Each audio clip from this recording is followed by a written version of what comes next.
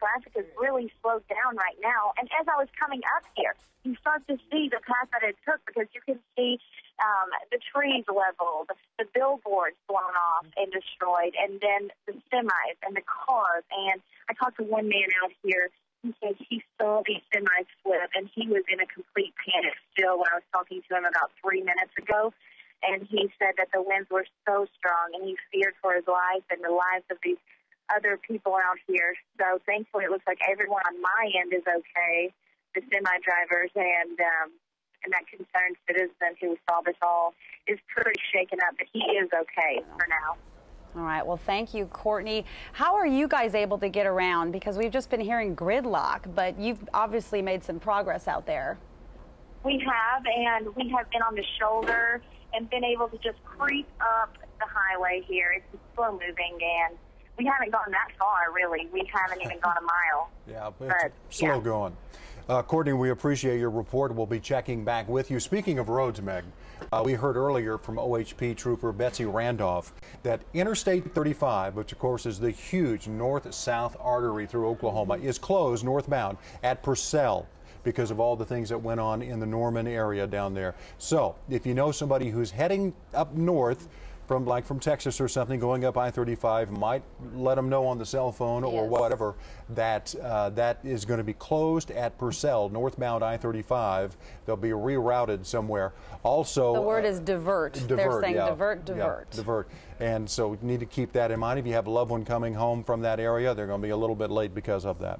That's right. Now, we also, this is a lot of people wondering about the Barron situation. We, of course, told you that they had been evacuated during that game against the Griffins, and those people are all safe. But we also want you to know, obviously, no game tonight, but they are going to reschedule for tomorrow. And tomorrow's game will now be played Sunday afternoon. So there's just a lot of shifting, and I'm sure this is the first of many things we'll be telling you that have shifted because of weather. Probably so. Speaking of weather, Mike Morgan. Well, the tornado warnings have officially expired. There is still a pretty significant storm here on the northern side of Shawnee, but as of this very second in time, there are no tornado warnings in effect. But Lincoln, Seminole, Pottawatomie, Cleveland, McLean, and Grady all under severe thunderstorm warnings. Oklahoma County conditions are gradually improving, but the flooding is severe. Flooding is severe down through Cleveland County as well. We know that. It really is quite bad. We're getting a lot of pictures coming in. Let's go to the storm tracker, go to Mike Bennett live over by Shawnee. Mike? Okay, yeah, Mike, it's a Highway 270 and 177 junction. That will be it. Okay, 270, 177, I-40 junction. He's in North Shawnee. He's still tracking that storm. We have not forgotten about you over there. What we can tell you is that there is no tornado warning in effect for it at this particular moment in time over in the Shawnee area. If Mike Bennett comes back, just let me know. But the circulation is still on the northern side of Shawnee. It is still significant, but not quite tornado warning criteria right now. And there's your time of arrival as it goes to the east, down I-40 pretty much over toward Cromwell. And then this one's really gusted out quite a bit here. Doesn't appear to be as significant as far as the rotation is concerned. So the tornado warning has expired on that one as well. Still a lot of flooding here, still some large hail. Conditions have generally improved in Oklahoma County. There's still a severe storm back to the west and southwest, a little ways west and southwest of the airport right now. No tornado warning with that one, but you folks in Norman are going to have a blast of wind and heavy rain and some hail coming through your location. That storm is severe for Cleveland County. And tell you what, we can just check the hail sizes on it. Let's go ahead and just do a little hail size check here and see what we have. So the storm west of Norman, hail size is showing 3-inch diameter. So you're still talking about a huge hail. And then the Tuttle storm is showing golf balls, and the Tecumseh storm is showing 3-inch diameter hail. So see, it gives you an idea that we're still talking about really, really intense, very intense severe thunderstorms. Even though there's no tornado warning in effect, we're still showing a lot of huge hail. And something to consider that these are still packing a serious, serious punch. It was so unstable this afternoon. We talked about all the extreme instability that these hailstones have just been huge, and they're still huge. West of Tecumseh, 3-inch diameter hail there. and the one coming in Norman's may still have 3-inch diameter hail. So these are still very, very severe. Norman down to Purcell, and golf balls out around Minco and Tuttle. Baseballs or so coming into Norman, down toward Purcell. So it's really still pretty much hail and flooding chaos in the South Metro, and then on down through Tecumseh. Baseball size hail there as well, and I'd say a lot of golf balls around Shawnee. So these are still super stout storms, Meg and Kev, down in the South Metro, but right now all tornado warnings at this moment have expired. That's the good news there. We appreciate that. We needed that. Yeah. So we'll be following that, of course, but also we are following the damage reports coming in and the situation updates that are coming in. And Scott Hines is with us right now, joining us on the phone. Scott, what's your location and what's the situation there? Hey, Meg. Yeah, we are the first on I-35. We're at the I-35 I-240 junction, and traffic is at a gridlock right now. We've probably been at a standstill for the past 5 minutes. We're just now inching along. We started as the tornado, the storm was tracking east on I-40. We were still at the station when myself and my photographer, we hopped in the Channel 4 SUV. We started heading south, and as the storm approached the Crossroads Mall, and then did a hard right towards Moore and Norman, that's when we started creeping behind it. And of course, as you guys have been reporting, we experienced those hurricane-like conditions, just a steady wind-whipped rain. We had lightning. We had a little bit of thunder. We saw some power flashes at some point, and just a steady pelting of hail. And then as the tornado tracked east and south, we crept behind it. And so we've been since navigating I-35. We've been navigating the streets of North Norman. We followed the, I'm trying to think, the Indian Hills road there. And what we saw was decent damage, I would say. It was large power poles. These power poles that were snapped in two, and they were barely missing these homes. There were a row of homes, and the power poles were toppled over to the left and the right of them, blocking from the driveways. We also experienced the flash flooding. There were several times where the flood caused us to come to a halt. We chanced it, and luckily it was only a couple inches of water. But I tell you what, when we were headed south on I-35, it was an eerie feeling because we were heading into complete darkness. We were the only ones who were heading south on I-35 as we were approaching Moore, and then at one point we went under several underpasses. One underpass in particular, and there was probably a foot of water. I would say, a foot of water. And then for a second there, we lost control. But then we were able to gain control of the SUV again. But again, we've seen a row of giant power poles snapped into two, toppled over, narrowly missing several homes, blocking driveways. There were several power lines that are down, that are blanketing some roads. And at this point, at this juncture, we're trying to get back up to the downtown area, which earlier we made our way through the historic district, or several historic districts just north of downtown.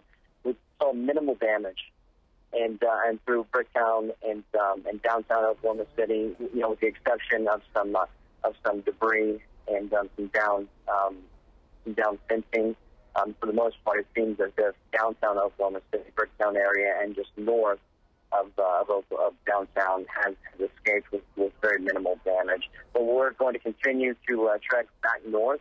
Again, we're at a standstill right now, gridlock. But we'll continue to survey damage or whatever we can find, and then we'll, of course, bring it to you a little bit later.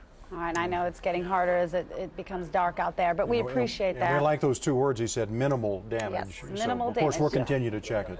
Now, we want to go out to Southwest 89th and Penn. This is where the on-cue was, where people broke down the door or smashed in the door to get through, not to loot, because the truth is we heard some original thoughts that is what may have been what happened, but it turns out these people were just trying to seek shelter. Right, Latasha Givens is out there for us. Latasha.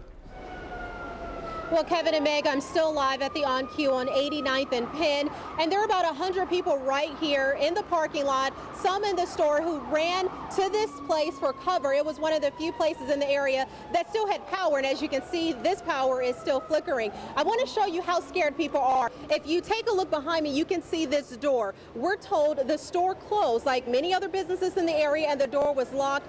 People were so afraid. Someone actually busted out the glass. It's been cleaned up in recent minutes, and the manager here has been very accommodating. They actually called employees in, and they're allowing people to buy some necessary items because people are just planning to camp out here because they don't want to go back out in the storm. They're a little concerned about which direction it's changing because that happens so rapidly. So if you take a look over here, you can see all the cars parked here. Some people getting gas, some people just here waiting out the storm. I talked to one family who came here from Yukon. They had 5 people and 7 dogs in this small little car. That was the only way they could get from Yukon all the way here trying to ride out that storm. I've talked to other people who are here with their children, and they're basically just going to stay here for dinner time. They're buying food inside the convenience store, and they're just not quite sure what to do. We're going to stay here and gather some more details and talk to more people. Back to you guys in the studio. Latasha, quick question if you can hear me. I know earlier you said that people couldn't get out of the parking lot. Are they able to move out now? They can move out now, but it's still pretty gridlocked. There's one entrance and exit that's open, but the other one is still just lined with cars because, again, this is just a central location for people. It has cover and the store is open, so people are just still gathering here. All right, thank you very much. Latasha Gibbons reporting live. That's Southwest 89th and Penn. A lot going on there tonight. Let's go back to Mike. And Mike, I want to ask you something real quick. We saw a lot of power flashes from Bob Moore's Kfor, a lot of reports from that, from Mark Dillard as well. That typically, on a night like this, means a tornado, a long track tornado, but it also could have been just really high wind, too. Yes, that's right. It had a lot of high wind on the backside of the mesocyclone. It was a combination of both. Tornado and high wind on the west side of the mesocyclone, wind out of the north. And that wind was, there's a lot of 80, 85 mile an hour wind with it. Yeah. Very, very serious flooding problems continue. Many reports of high water rescues in Cleveland County and the southern half of Oklahoma County. Flash flood warnings continue. There are no tornado warnings in effect. There is still some very large hail down in Norman right now. Very severe storm in Norman. Serious flooding going on in Norman as well. Let's go to the storm tracker and take a look. These are still upper end severe thunderstorms here. This has golf balls to some baseballs with it. Mainly small baseballs and a lot of golf balls. Shawnee, biggest hail's down around Tecumseh right now. That's heading for Little and Seminole and Cromwell and Wewoka. And then this one has golf balls to small baseballs. Hail size now has come down to about 2 1/4. It was 3 a little while ago. 2 1/4. So golf balls to small baseballs here. A lot of quarters, golf balls and small baseballs. And that runs from North Norman down right through Norman all the way down to Purcell. Let's go to the South Doppler and take a look at that.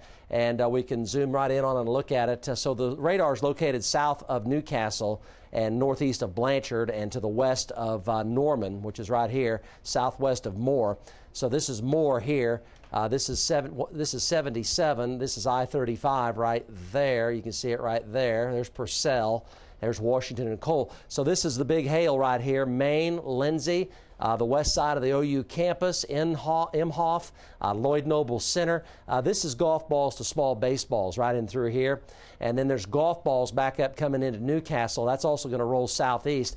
This is bad flooding here. A lot of water rescues going on. Cleveland County are really taking it on the chin right now with upper end severe thunderstorms, damaging winds, very large hail, and Kevin and Meg, serious flooding here, right, especially in West Norman right now. That's where the biggest hail is located. You can clearly see it here very, very clearly. Again, our South Doppler there is in the South Metro. We have one up here in the North Metro. We have one down here in the South Metro. And it really paints a very clear picture as to the intensity of this severe thunderstorm now in the Norman area. Let's show you the damage tracks again on the storm scanner. This was the large violent tornado earlier out in Canadian County, resulting in a double fatality on I-40. We reported that a short while ago with Lance West. And this was a mile wide at times, had an eye inside of it that was a 1/4 mile wide. We see that from radar. And it made this violent turn to the south and then a swing whiplash back to the north, and it caught a lot of folks off guard, and it ran over some folks down here, including the storm chase truck from the Weather Channel. Mike Bettis is okay, not Bennett, but Bettis, Mike Bettis. He's okay, but his truck was crushed. We have that on BGAN 2 there. We can show folks. He was tracking that tornado, and it made a violent swing and simply went out and grabbed him because it was a mile wide. The debris ball at one point was a little over 1.5 miles wide, about 1.75 miles wide debris ball. And Mike is okay. Mike Bettis is okay, but that is the result of that tornado rolling and hitting his storm tracker vehicle from the Weather Channel. So let's go back to the storm scanner. And then we had these South Oklahoma City tornadoes. And this one developed near the Xerox plant and went down through South Oklahoma City. And then a second tornado formed South Del City, very close to Crossroads Mall. You heard Mark Dillard with power flashes and all of that. That was the tornado going through down by the GM plant down toward 240 over in closer to the Tinker Diagonal. So 2 tornado tracks here. And then down in Moore Norman, likely a tornado track across I-35 down around South Telephone Road, and then a lot of straight line wind damage, perhaps a couple of weak tornadoes also in central Norman and North Norman with those power flashes there as well. Let's go back to current warnings that we have as we're going to jump forward now to current warnings on Weather Show. No tornado warnings are in effect, but still a lot of large hail.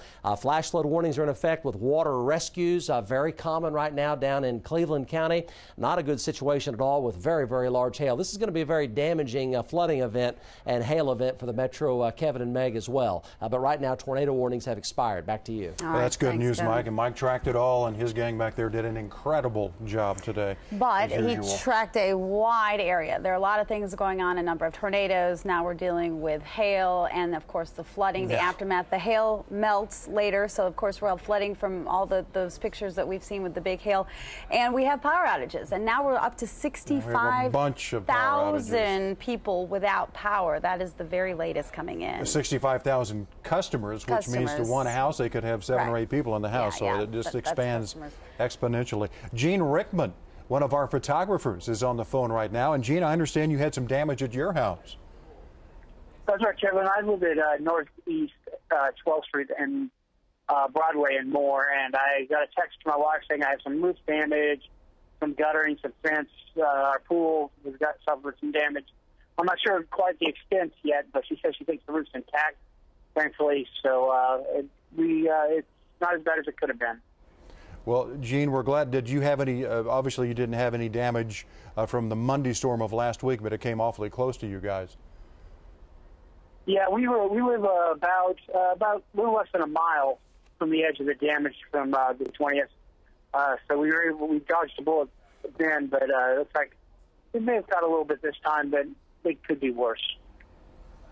All right, Gene, we appreciate that, man, and continue to check back with us. Gene Rickman, Channel 4 photojournalist. We are showing some viewer pics right now of some of the things that came through, as well as some of the hail. We want to go live now to Jolene Cheney. She's at Southwest 74th and May. And what are you seeing out there, Jolene?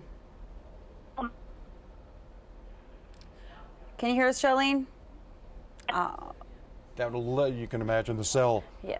All right, I'll tell you what, let's do. We'll get Jolene back up on the system here in a minute. Let's go to Lance West, and Lance had the unfortunate duty to report that double fatality out there on the highway where the mother and the baby were killed. Yes, Lance, what are you seeing out there right now? Yeah, it just breaks your heart. We left that scene a short time ago. They had cleared it. They had taken the 2 victims away. We are told the car was traveling on I-40, and the tornado picked it up. It was a white Pontiac SUV, flipped the car upside down, and it was crushed. A mother and a baby. I don't know how old the child was, but there was a diaper next to the vehicle, so we suspect, I would say, 2 years or younger, the age of the young victim. Right now, we've moved to the north side of the interstate. We're at a place called OKC West Stockyards, and this place was decimated. The stables are gone. There is a trailer sales lot in this area, and the only 2 trailers still left on that lot are both just twisted metal. We saw other trailers on the other side of the interstate about a quarter mile away. We also saw, believe it or not, cattle, about 5 cows on the other side of the interstate that we believe were lifted from the stockyards and carried to the other side of the interstate. They were walking and grazing and looked as though they were unharmed from this ordeal, but there's a gas leak out here right now. That's the big problem. So emergency personnel have cleared all the folks out who have come out here to help.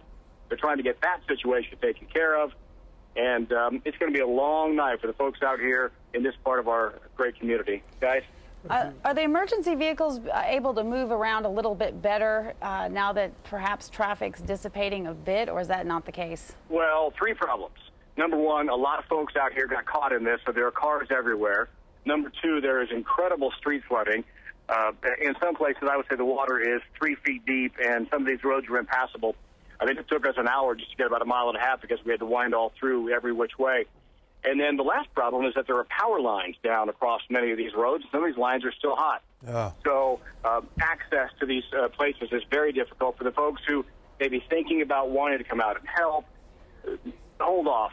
Maybe some assistance tomorrow or the next day. Right now, the emergency personnel need to get in. I talked to a fire official with Yukon Fire. They're going to start doing a search of a nearby neighborhood to make sure that all the folks are okay as well. So they really need to keep the streets as clear as possible so they can get in and do their jobs. It's going to be a long night. Yeah, we heard they can't even assess right now because they're having so much trouble getting into the areas that were affected.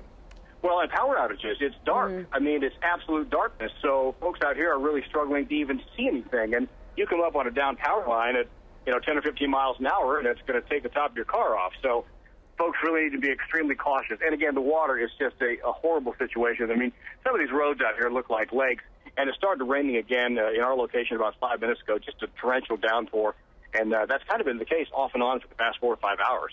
Well, Lance, we'll come back to you, my friend, for more updates. You guys be careful out there, especially with those live wires that may still be down out there. We'll be checking back with Lance. I've done a couple of stories out at that Oklahoma City West Dockyards. It was a pretty significant facility, so we hate to hear about that. Oh, I know. Decimated is not a good word. Let's take a look at a graphic we have. This is the very latest from Integris. We have Integris Canadian Valley reporting 14 injured, 3 critical and 2 fatal.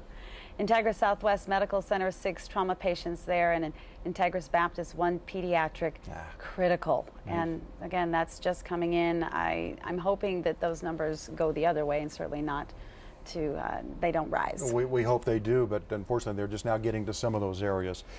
We've got Galen Culver live on the phone. And Galen, we haven't heard from you yet tonight. What are you seeing and where are you? I'm just at the Cox Center now on the west side, outside Exhibit Room B. I think there was a lot of roof damage, but they had to evacuate 4,000 people who were at the hockey game, the Western Conference Finals tonight. They all went down to the parking garage for about 45 minutes until the storm passed. They came upstairs, and there was a lot of water all over the floors. I think they think there might be some roof damage up above the Cox Center, and the west side is most affected. On the northwest side, they had to close that entrance because there was so much water coming down they couldn't mop it up fast enough. And on those hallways on the west side, there's quite a bit of water coming from the ceiling. So it looks like Cox Center took a little bit of roof damage. I think daylight will tell just how much. The initial reports from there, Galen, were that they had to transfer those 3,000 or 4,000 people over to Chesapeake Arena, but it sounds like you're saying that they rode out the storm in the parking lot down below. Yeah, there's a big parking lot right under the Cox Center. Right. A lot of cars there are flooded in about ankle, shin-deep water, but most everybody is making it out of there. I didn't see any stalled cars, but a lot of people were taking their shoes off to get to them. And the Cox Center is pretty well cleared out right now. I was going to say, are people able to get out of the downtown area? What is the situation there? Are the lights working? I mean, we don't know. It's really spotty. On the north side, up by St. Anthony Hospital, there were no lights. You get a little further south, right around the Cox Center, central downtown, yes, they are working. You go a little bit further west, 10th Street is how I came in, 10th Classen, 10, all that area was out of power, and it's just real spotty right in here still. All right. Well, thank you very much. Galen Culver reporting live from the Cox Center. He was at the Barons game that was evacuated. Now, let's try Jolene Cheney again. She's at Southwest 74th in May. Jolene, can you hear us? Yes, I can. Can you hear me? We can. Update your situation. Good deal. Okay, we're at Southwest 74th in May. This is near OCCC. Kind of dealing with the same things I heard Lance mention as well as Mike. There is no power here, so all of the traffic lights are out, and the winds were so strong it blew down stop signs. So no power lights, no stop signs, and you're also dealing with the flooding, a lot of water gathering on the roads, and it's kind of hard to see just how deep that is. To give you kind of a visual, a good idea of how the water is collecting on the northeast side of the OCCC campus, it's collecting there in that field of sorts, and it's gathered so much there that it's halfway up some of the trees, almost to some of the limbs on some of those small trees there. So the water really accumulating there, and of course it's still raining here. There's a lot of debris in the road. No major damage as far as the houses, but I'm seeing a lot of limbs, down trees, blocking some of the lanes and pinned from who knows where. I also saw a trampoline hanging from a power line. A lot of fences down in the road. I've also seen people out in their neighborhoods with flashlights out looking around, trying to look at the damage. But, again, no power out here, and water is really collecting and rushing along the streets, so that's something to keep in mind, as well as the traffic, especially northbound. It's almost bumper to bumper and very hard to get through. So if you have to come down in this area, be very careful again. No traffic lights, no power, stop signs if there are any, and if you can see them, they're not there, and the water as well as the traffic. Stay in if you can, it sounds like. All right, well, thank you very much. Jolene Cheney reporting live from Southwest 74th and May. Let's get back to Mike for an update on the storms. Well, no tornado warnings, Megan, Kev, no tornado warnings, but still upper end severe thunderstorms with very large hail and continued very serious flooding. This is going to be a really damaging storm in terms of hail damage and flooding damage. It's really, really bad out there. Just about everywhere in the South Metro, really bad. And the hail's still quite large. Canadian, southern Oklahoma, southern Lincoln, Seminole County, Potawatomi County, McLean, Cleveland County, and Grady County, and also Garvin County. These are all severe thunderstorm warnings. Let's go to the storm tracker. And these are what we call train echoing, going to the storm tracker. In other words, it's like they're on a train track and they just go one after another, like boxcars on a freight train. And see here, you got 1, 2, 3, 4, 5, and these are on this same track that is not moving. So you're talking about all these major tributaries, Lightning Creek area, all the way down through Cleveland County. This is continued very serious flooding, and we would just want to emphasize to you that you do not want to even go out. Here it is 9:30 at night. You know, I would completely call it a night and not go anywhere. Just stay where you are and be safe, because this is really continued bad flooding, and this is some very large hail. Still showing a lot of 2 to 3 inch diameter hail down in the South Metro. This storm right here is quite severe, and it's heading here. You see the time of arrival here of all these towns. Very large hail and damaging hail. Now, Chase Thomason is in the Southwest Metro now, I think down by South 89th Street with a live update. Chase? Yeah, Mike, that's exactly right. Southwest 89th Street in South Oklahoma City. I-44 is right in front of me. Is May. This is Southwest 89th Street. We have extensive flooding also. It's hard to tell because we're out of power, but we have power lines down in the middle of the road. It's been reduced to one lane, folks going around the power lines now. Let me give you a history of what happened. We were actually on the storm.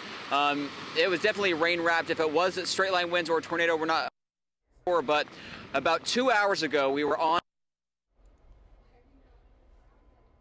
along the interstate, and we saw a lot of power flash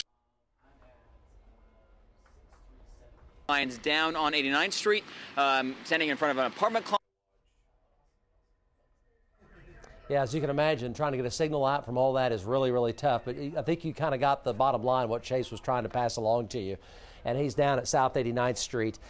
Down in Southwest Oklahoma City, and I want to just reemphasize there are no tornado warnings in effect. This is a giant complex of severe storms, of upper end severe storms with big hail and high end flooding here. Some areas have had over a half a foot of rainfall, over 6 inches of rainfall tonight. So this is very serious flooding. The water is extremely high. All the flood-prone areas are in flood in the South Metro, and it really gets bad once you get from around downtown southbound is where it really gets bad in a mighty big hurry. Down through more. These are all big hailstorms here. This storm right here still has some very large hail. You see the motion there, the time of arrival.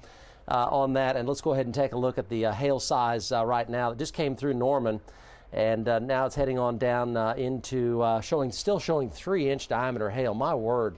Let's go to the South Doppler here and take a look at the Norman area. Serious flooding does continue. We're still showing 1.5-inch diameter hail coming back in to Norman from the west. So this one here has 3-inch diameter hail here. So baseballs with that. There's Norman right there, and there's Purcell right there. And then this one has up to golf balls with it. After that, there's more golf balls there. And this is all following that track, like, like boxcars on a freight train, one after another on the same track.